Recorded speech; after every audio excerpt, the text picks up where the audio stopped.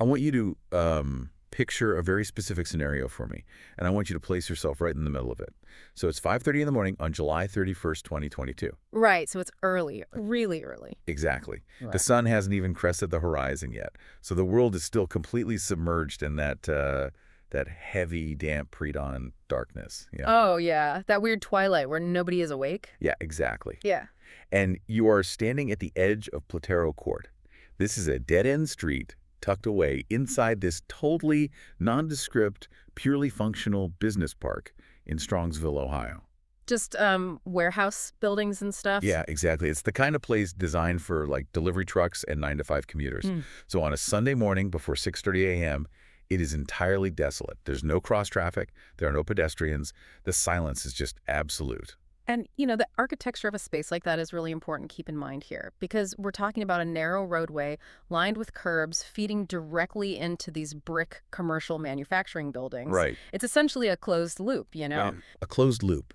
And tearing through the silence of that closed loop is a 2018 Toyota Camry. Yeah. But it is not just driving down the street. It is rocketing down this narrow, dead-end corridor at exactly 100 miles per hour. Which, in an environment designed for perhaps 15 to 20 miles per hour, it's a speed that completely defies the geometry of the road. It defies the geometry and it defies instinct. Because here is the really chilling part of this picture. There is zero braking. None at all. None. You don't hear the screech of tires fighting for traction. You don't see the nose of the Camry dip toward the pavement from like rapid deceleration. It is pure, unadulterated, wide-open throttle right up until the absolute final millisecond. Wow. And then that vehicle slams head-on into the brick wall of the PLIDCO manufacturing facility. It's an impact of just unfathomable violence. And in that fraction of a second, two young men lose their lives. Dominic Russo, who was 20 years old, and Davian Flanagan, who was just 19. It's just horrific. And, the physical devastation of an impact at that velocity against an immovable brick structure is total. It's a catastrophic transfer of kinetic energy. Yeah, catastrophic is the word. And that catastrophic transfer of energy is really the foundation of what we are unpacking today on this deep dive. Because if you've been anywhere near a streaming service recently, you've likely seen this highly stylized documentary trending. Oh, right. The crash. Yes, the crash. And it dives deep into the story of the driver of that Camry, a 17-year-old girl named Mackenzie Shirilla, who actually survived that horrific impact with only minor injuries. Which is a miracle in itself, honestly. But the documentary takes a very specific, modern approach to the whole thing. It builds this psychological profile almost entirely out of digital footprints. Like the social media stuff. Exactly. The TikTok videos, the Instagram stories, the highly curated online lives of these teenagers. It attempts to frame the tragedy as this modern cautionary tale of toxic relationships and youthful volatility in the digital age. But our mission for this deep dive is we're going to step outside of that curated narrative because we have a massive stack of source material on the table today, and we're going to look at the cold, hard mechanics of what actually happened. We're looking at the data. All the data. We have the official police and crash reconstruction records from the Strongsville Police Department.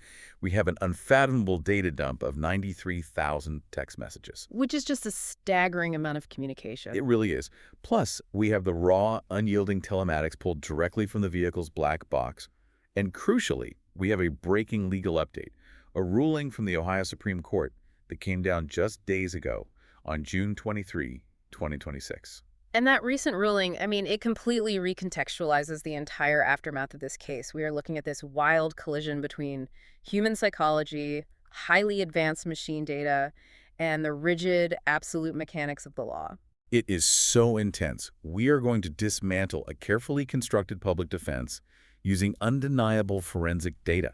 And we're going to explore how one of the most catastrophic legal math errors in modern judicial history, literally a failure to look at a calendar, permanently sealed this driver's fate. It is truly mind-boggling when we get to that part. I still can't wrap my head around it. But to understand the teardown, we have to establish what we are tearing down, right?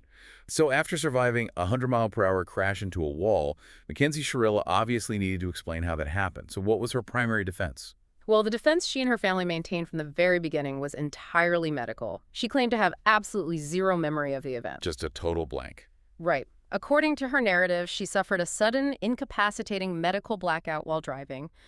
Specifically, they pointed to a condition called POTS, which she was officially diagnosed with back in 2017. Okay, POTS, postural orthostatic tachycardia syndrome, right? Yeah. Yes. Postural orthostatic tachycardia syndrome. POTS is this really complex disorder of the autonomic nervous system. And your autonomic nervous system controls all the bodily functions you don't even think about. Like breathing and stuff. Yeah, breathing, heart rate, blood pressure, digestion. In a healthy person, when you stand up, gravity naturally pulls your blood downward, right? But your autonomic nervous system instantly tightens your blood vessels and slightly increases your heart rate to ensure oxygenated blood keeps reaching your brain. Oh, okay. So it's constantly making these micro adjustments. Exactly.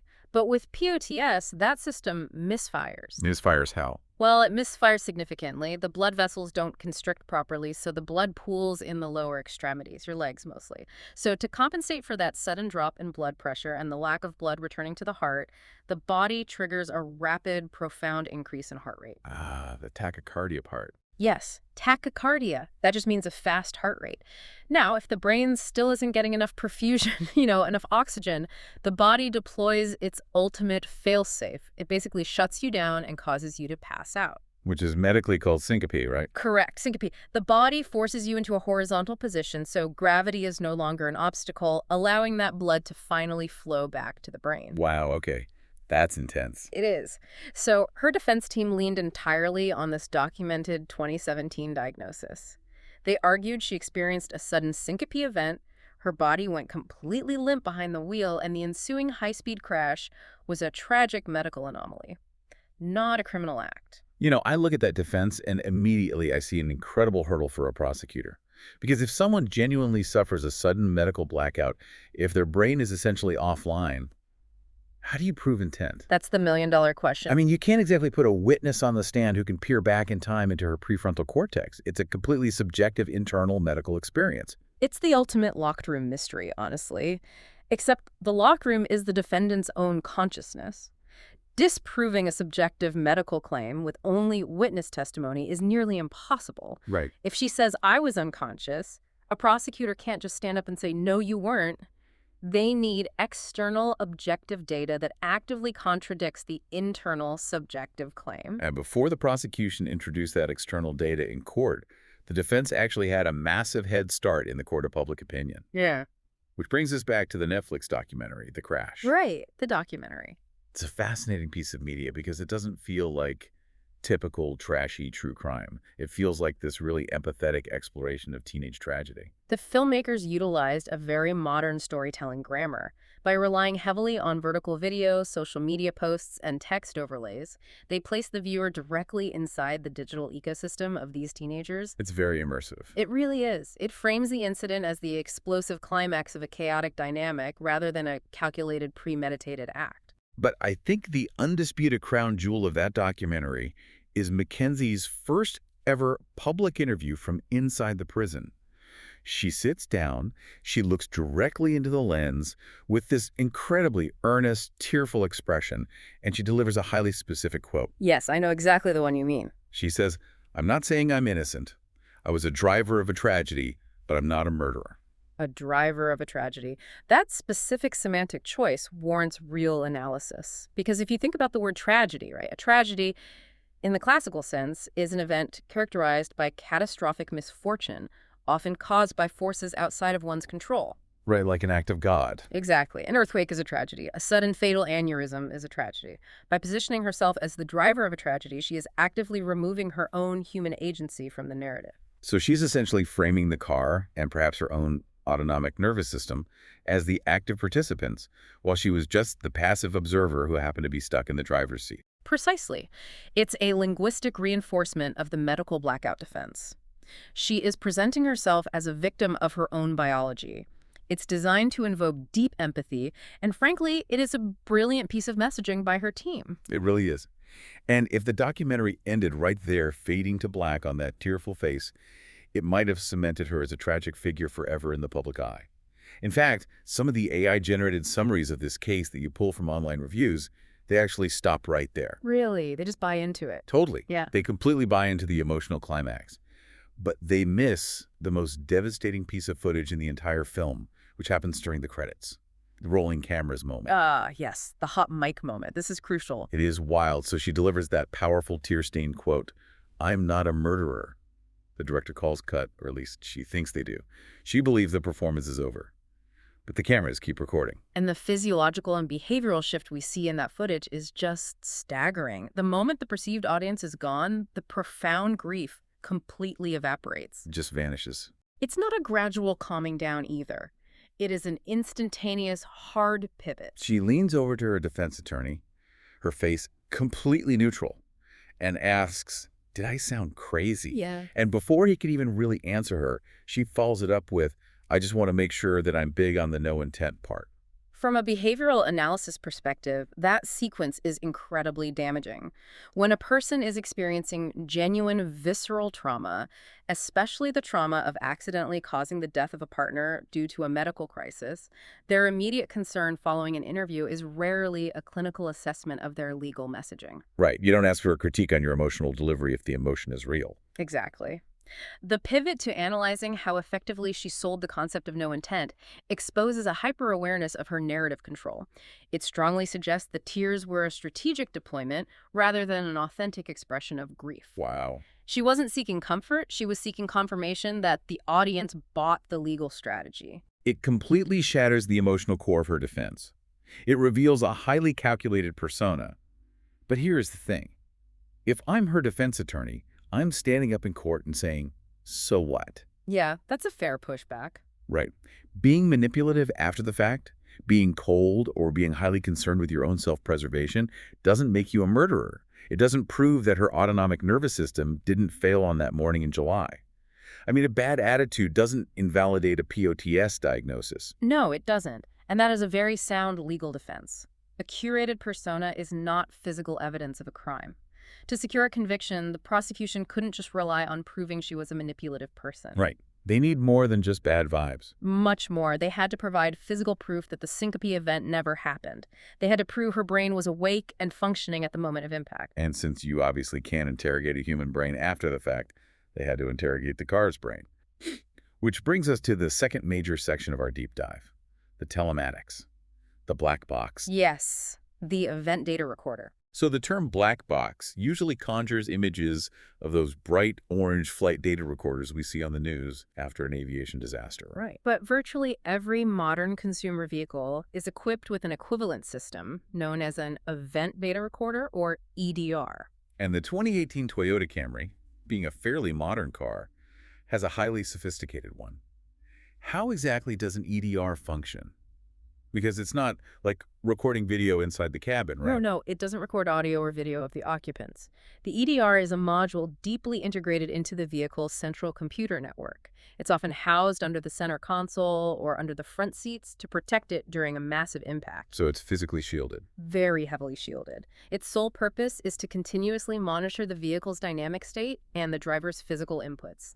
And it operates on a loop, constantly recording and overwriting data. Oh, I see. But when a crash happens, it stops overwriting and saves the file. Exactly.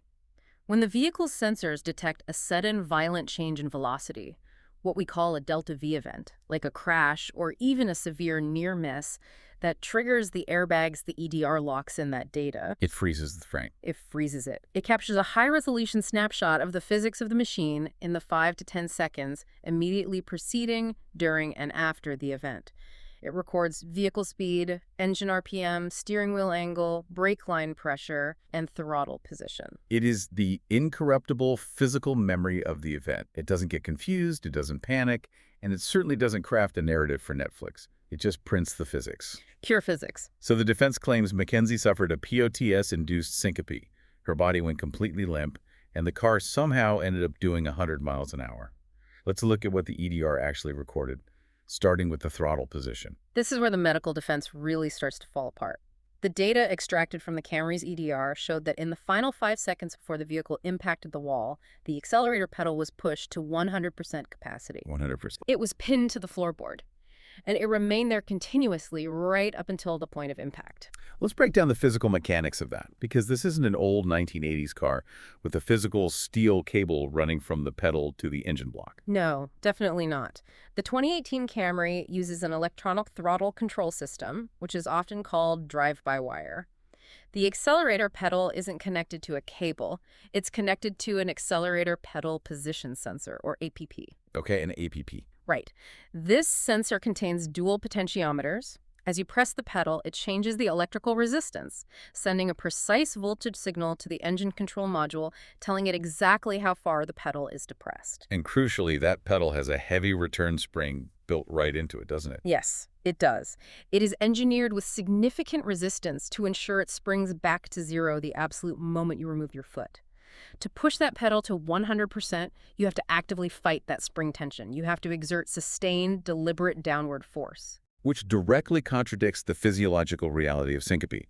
Because if your brain loses oxygen and you pass out, your sympathetic nervous system essentially shuts down motor function. Right, exactly. Your muscles lose their tone, you go flaccid.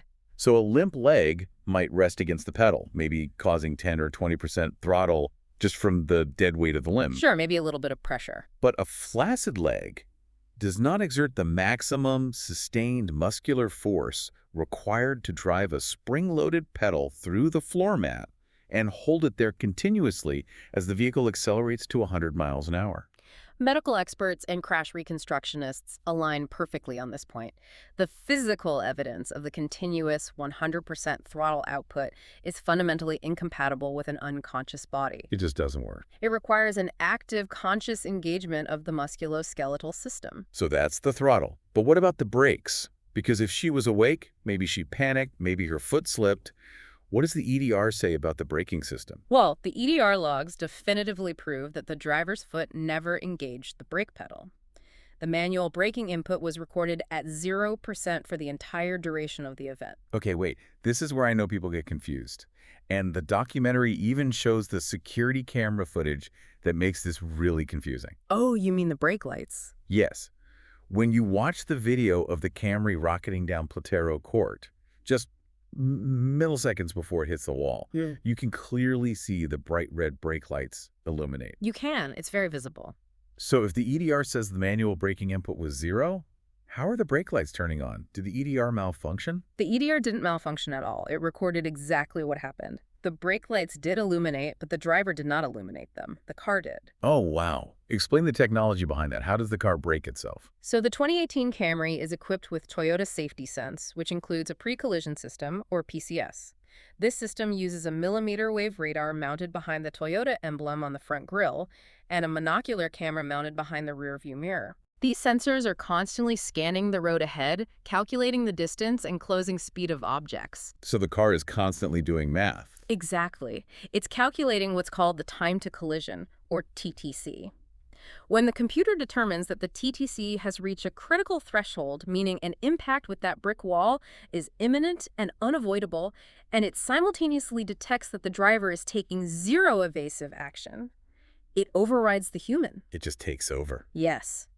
The system triggers an actuator in the brake booster, forcing hydraulic fluid into the brake calipers to initiate emergency braking.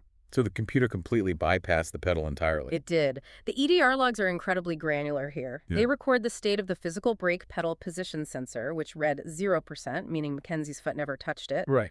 But it also records the state of the hydraulic brake line pressure, which spiked, and the brake light switch, which turned on.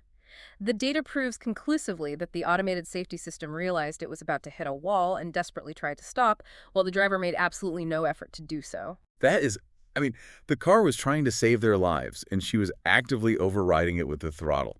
That is terrifying. It's deeply unsettling to look at that data graph. I can imagine. But there's one more piece of data from that black box that I find even more damning than the throttle or the brakes.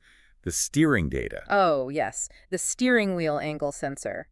The EDR recorded active manual steering wheel movements in the fractions of a second before impact. Were they like wild swerves? No, these weren't wild, uncontrolled swerves at all. They were deliberate micro-adjustments, shifting the wheel slightly left and slightly right. Because if you're driving 100 miles an hour, keeping a car perfectly straight isn't a passive activity, right? Not at all. The crown of the road, minor imperfections in the asphalt, the alignment of the tires, all of these things naturally want to pull a vehicle off its center line. Yeah, you drift. Right. To maintain a perfectly straight trajectory at high speed down a narrow corridor lined with curbs, you have to constantly read the road and provide opposing physical inputs to the steering wheel. It is active piloting. I try to picture the physics of an unconscious body in that scenario. If you suffer a medical blackout and slump forward, the weight of your body might pull the steering wheel hard to one side, sending the car into a curb or a parked car. Yes. Or if you slump backward, your hands fall off the wheel entirely, and the car begins to drift with the camber of the road until it leaves the lane. What an unconscious body absolutely does not do is process visual data, calculate the vehicle's drift, and execute rapid, precise motor functions to counteract that drift and keep the vehicle perfectly centered in its lane. Precisely. The active steering data proves the driver was processing information and executing complex physical commands right up to the end. So the black box didn't just record a crash, it recorded an execution of a plan. The telematics, the drive-by-wire throttle pinned to the floor, the complete absence of manual braking despite the car's automated systems panicking, and the active, calculated steering micro-adjustments, they completely dismantle the POTS medical defense. The physical data leaves no room for the syncope theory. It really proves the how. It proves she was awake, aware, and in physical control of that vehicle. Yeah.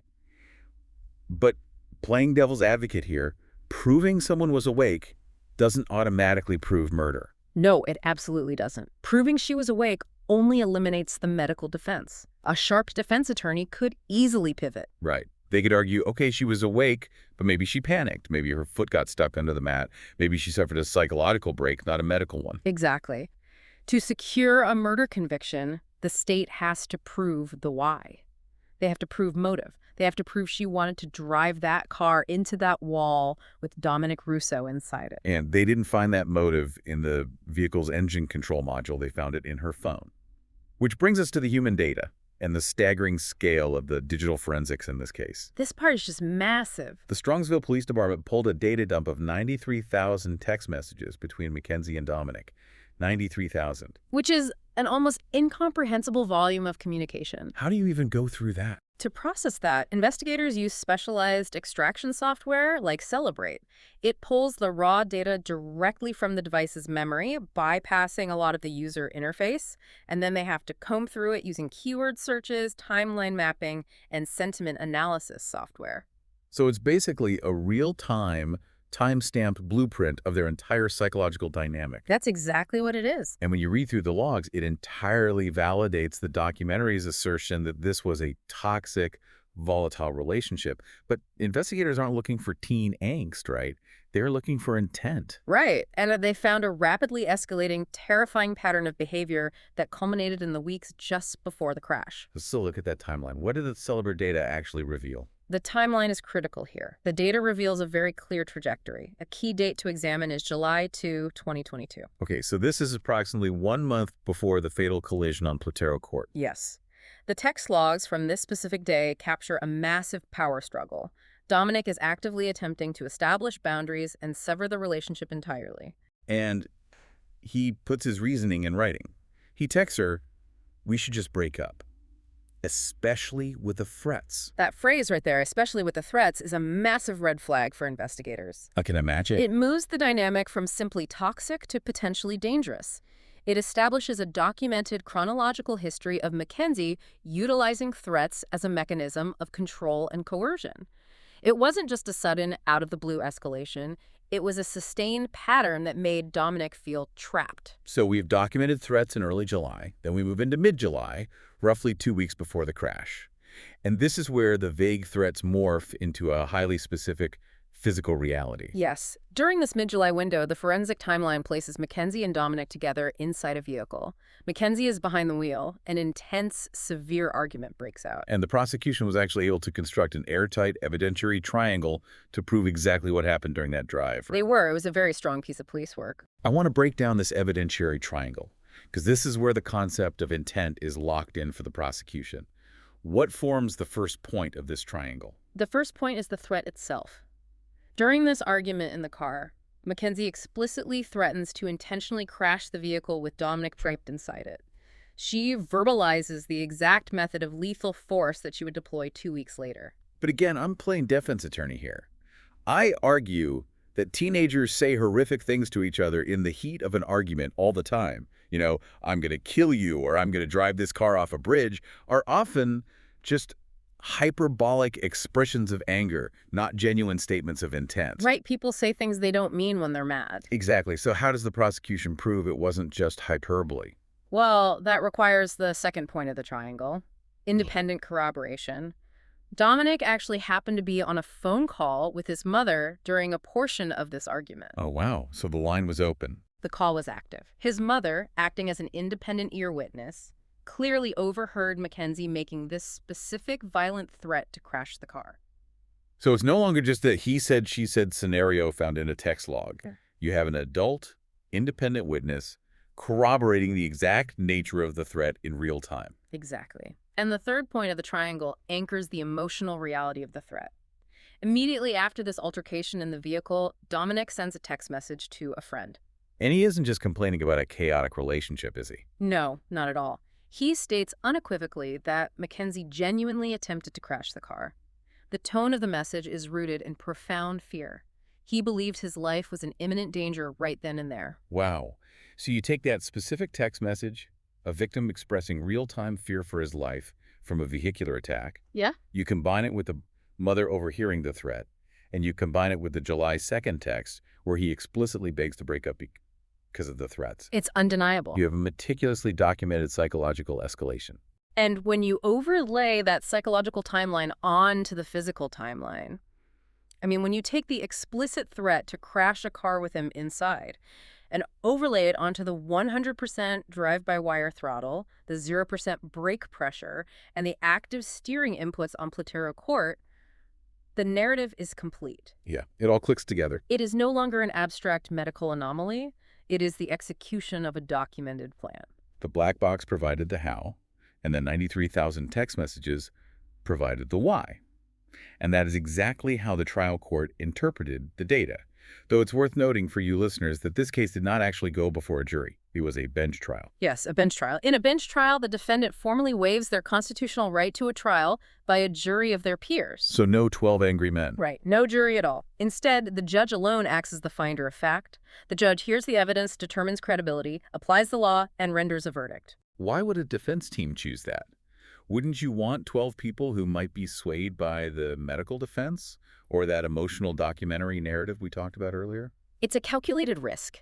Often, in cases involving highly complex technical data, like the deep engineering of an event data recorder or the nuanced neurology of a POTS diagnosis, defense attorneys feel a judge is simply better equipped to understand the science than a lay jury. Oh, that makes sense. A judge is used to complex testimony. Right. Furthermore, if a case has generated massive, highly negative publicity, a defense team might fear a jury will be driven by emotion and public outrage rather than the strict legal standard of proof. They hope a judge will be completely dispassionate and adhere strictly to the letter of the law. But in this case, that reliance on a judge's dispassionate analysis completely backfired on the defense. Judge Nancy Margaret Russo presided over the trial. She was presented with the entire scope of the evidence. Everything we just discussed. Everything. She saw the curated online persona, the medical blackout theory, the hot mic behavioral shift, and she saw the unyielding telematics and the devastating chronological blueprint of those text messages. She evaluated the totality of the circumstances, and her conclusion was unequivocal. In August of 2023, Judge Russo delivered a truly scathing verdict. She found Mackenzie Shirilla guilty on 12 felony counts, including 4 counts of murder. 12 counts. 12. She systematically dismantled the medical defense in her ruling, citing the extreme deliberate nature of the driving. And she sentenced her to 15 years to life in prison. Which is a sentence that accurately reflects the overwhelming weight of both the physical machine data and the human digital footprint. So she is convicted, sentenced, and transferred to the Ohio Reformatory for Women.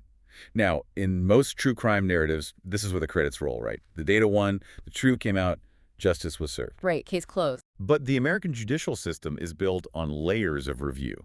There is always an appeals process.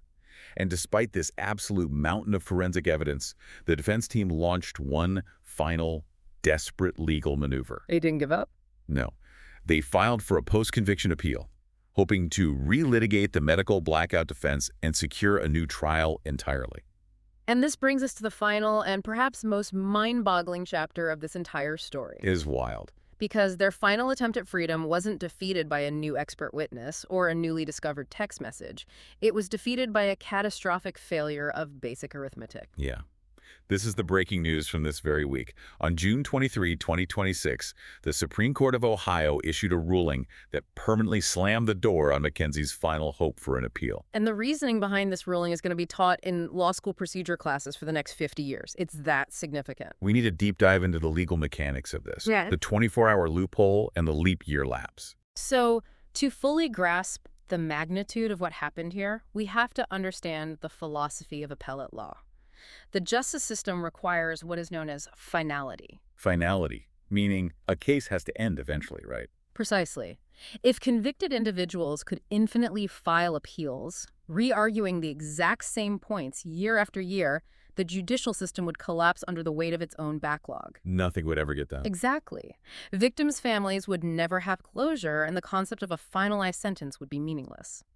So, to enforce this finality, the legislature creates incredibly rigid procedural rules and strict deadlines. Okay, I'm looking at the court documents for this ruling, and they are incredibly dense. They keep referencing a post-conviction relief petition and subject matter jurisdiction. Let's translate these concepts for someone who hasn't spent 3 years in law school. What exactly is a post-conviction relief petition? Think of it as a specialized post-game challenge flag. After a guilty verdict and a sentence, a defendant can file this petition to tell the court, my conviction is fundamentally flawed. So it's not just saying I didn't do it. No, they aren't just saying they disagree with the judge or jury. They are arguing that their constitutional rights were violated, perhaps due to ineffective assistance of counsel, or maybe that brand new exonerating evidence has been discovered that wasn't available during the trial. It is a formal request to throw out the conviction and start over. It is the ultimate legal Hail Mary. It is. But you can't throw that Hail Mary whenever you want. And that brings us to subject matter jurisdiction. Jurisdiction. Yes. Jurisdiction is simply the legal authority of a specific court to hear and decide a specific case. Right, like how a local traffic court doesn't have the jurisdiction to preside over a massive federal antitrust lawsuit. Yeah. They literally lack the power to rule on it. Exactly. But jurisdiction isn't just about the type of case. It is inextricably tied to time. Under Ohio law, the moment your official trial transcripts are filed with the Court of Appeals, a countdown clock begins. A literal timer. Yes. The legislature grants the court the jurisdiction, the power to hear your post-conviction petition only if you file it within a very specific time window. And if you miss that window, what happens? If you miss the deadline by a month, a day, or even a minute, the court's jurisdiction instantly evaporates. The court legally loses the power to even open the envelope. Wow. Even if there's proof of innocence inside. It doesn't matter if the petition contains absolute, undeniable proof of innocence. If it is filed late, the judge lacks the subject matter jurisdiction to read it. The door is locked, and the law has essentially removed the key. Okay, the stakes of this clock are absolute. So what is the specific time limit dictated by Ohio law for this petition? The Ohio Revised Code is explicitly clear on this. It mandates that a post-conviction relief petition must be filed no later than 365 days after the date on which the trial transcript is filed. 365 days, not a year, but specifically 365 days. That wording is everything. Let's look at the timeline of Mackenzie's legal team and see where the wheels fell off. When did her countdown clock start ticking? The official trial transcripts for her case were filed on October 23, 2023. That is day zero. The clock started. Her legal team had exactly 365 days to draft their constitutional arguments, finalize the paperwork, and officially file the petition with the clerk of courts. And when did they actually file it? They filed the petition on October 24, 2024. Wait, hold on. Let me walk through this math for a second. The clock starts on October 23, 2023. They filed on October 24, 2024. At first glance, that looks perfectly normal. I mean, usually if a contract starts on October 23rd, the one-year anniversary is October 23rd or 24th of the following year. Right. At first glance, it does look completely normal. It appears the attorneys simply looked at the start date, October 23, and flipped their calendar forward exactly 1 year, assuming the anniversary date satisfied the statute. But they forgot a massive, ancient mechanical quirk of the Gregorian calendar. They did. They completely forgot that 2024 was a leap year. Oh my God. Yes. February of 2024 contained 29 days. When you are legally mandated to count exactly 365 days and your timeline crosses over a leap day, That extra day consumes one of the days in your count. Okay, let's count this out so it makes perfect sense for everyone. The year 2024 has 366 days in it. So if you start on October 23, 2023, and you want to land exactly 365 days later, you can't just go to October 23, 2024, because that would be 366 days. Correct. To hit 365 days, you have to file one calendar day earlier than the anniversary. The 365th day was actually October 22, 2024. Your math is flawless, and it highlights the catastrophic nature of their error. By filing on October 24, 2024, they didn't file on day 365. They didn't even file on day 366. They filed on day 367. Day 367. They were exactly 2 days past the strict 365-day statutory limit. How does a team of professional, highly paid defense attorneys handling a high-profile murder appeal with a life sentence on the line make a mistake like that? Didn't they use legal calendaring software? It represents a stunning failure of procedural diligence. I mean, whether they relied on manual counting, a flawed Excel formula, or simply made a catastrophic assumption about how the word year operates in legal statutes, they missed the deadline. So what happens next? When the clerk's office or the appellate court flags this and says, hey, you're late, the defense can't just say, oops, our bad, we forgot about leap year, right? Did they try to argue some complex legal technicality to save the petition? They had to. They attempted a semantic defense. They argued a concept of statutory interpretation.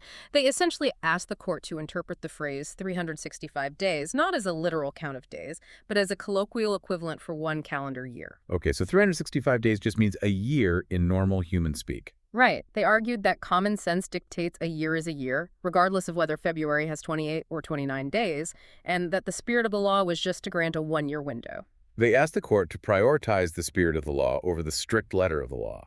How did the Supreme Court of Ohio respond to that argument this week? The Supreme Court took a strictly textualist approach.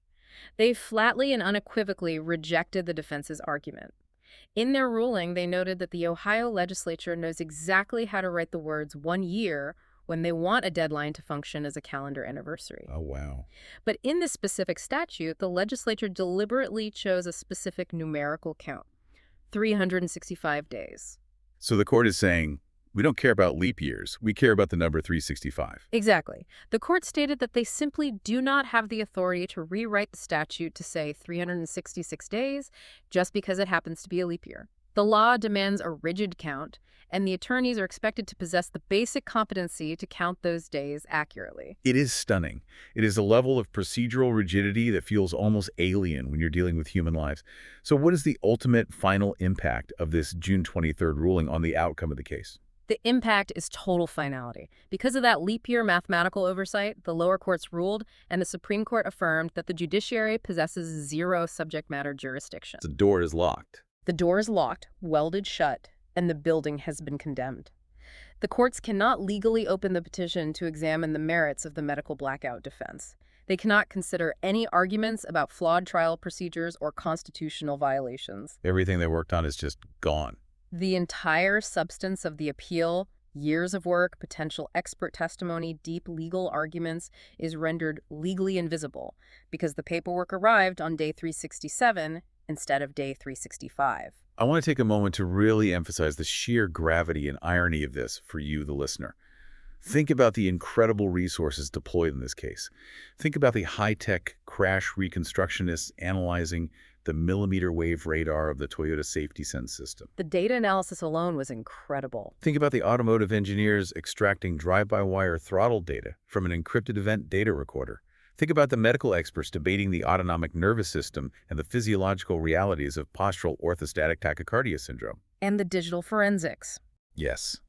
The digital forensic units utilizing Celebrate software to map out the psychological timeline of 93,000 text messages. It was an investigation driven by massive, complex, high-stakes 21st century data. Exactly. All this incredible technology deployed to uncover the truth behind a 100-mile-an-hour impact. Yeah.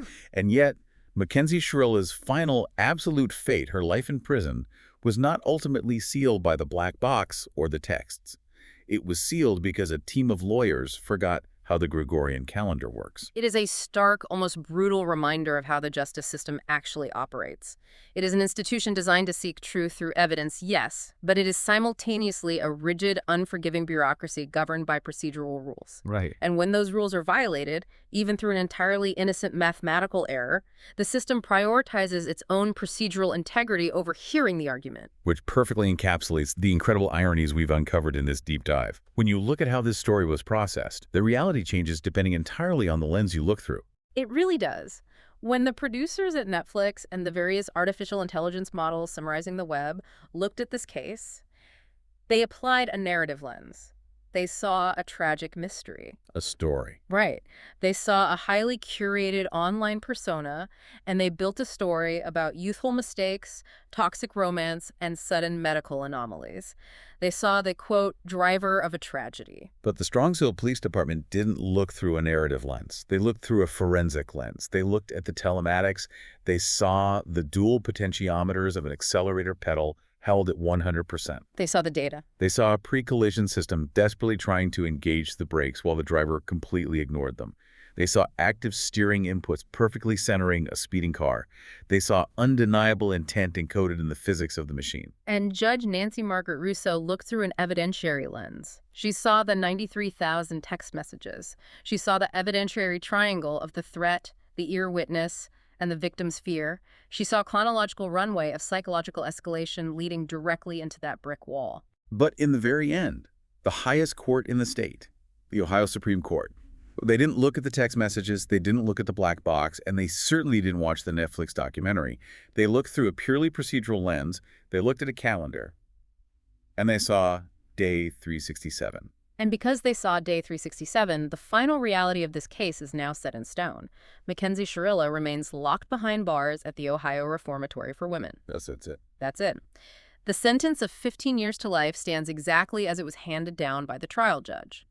Because of the leap year lapse, her legal avenues for appeal are officially exhausted. There are no more Hail Marys to throw. None. Her very first opportunity to even stand before a parole board to ask the state for the possibility of release will not happen until September of 2037. 2037. That's more than a decade from now. Before we wrap up this deep dive, I want to leave you with a final thought to mull over. Something that has really stuck with me as we tore down this case. Yeah, what's that? Well, we live in an era of unprecedented, inescapable technological surveillance, right? Our cars literally record our every micro-movement. The exact pressure our foot applies to a pedal against a spring, the slight calculated turn of a steering wheel to counteract the crown of a road. It's all logged. It's all logged. And our phones archive our every fleeting thought, every petty argument, every horrific threat, saving them in a cloud forever, ready to be extracted and mapped on a timeline. The sheer volume of undeniable physical and psychological data we generate every single day is staggering. It is. But in a justice system that relies on and is governed by such massive, complex, infallible data, isn't it terrifyingly humbling that a person's entire freedom, the absolute finality of their life in prison, ultimately hinged on something as simple, analog, and ancient as a leap year calendar? It's a profound realization. You have the highest, most sophisticated technology of the 21st century colliding head-on with a calendar system designed by Julius Caesar over 2,000 years ago. And the calendar won. It really did. Thank you so much for joining us on this deep dive. We encourage you to think about this case the next time you get behind the wheel, or, the next time you send a text in anger. Consider how your own digital and physical footprints are constantly telling a story that, once recorded, you can never fully control. We'll see you next time.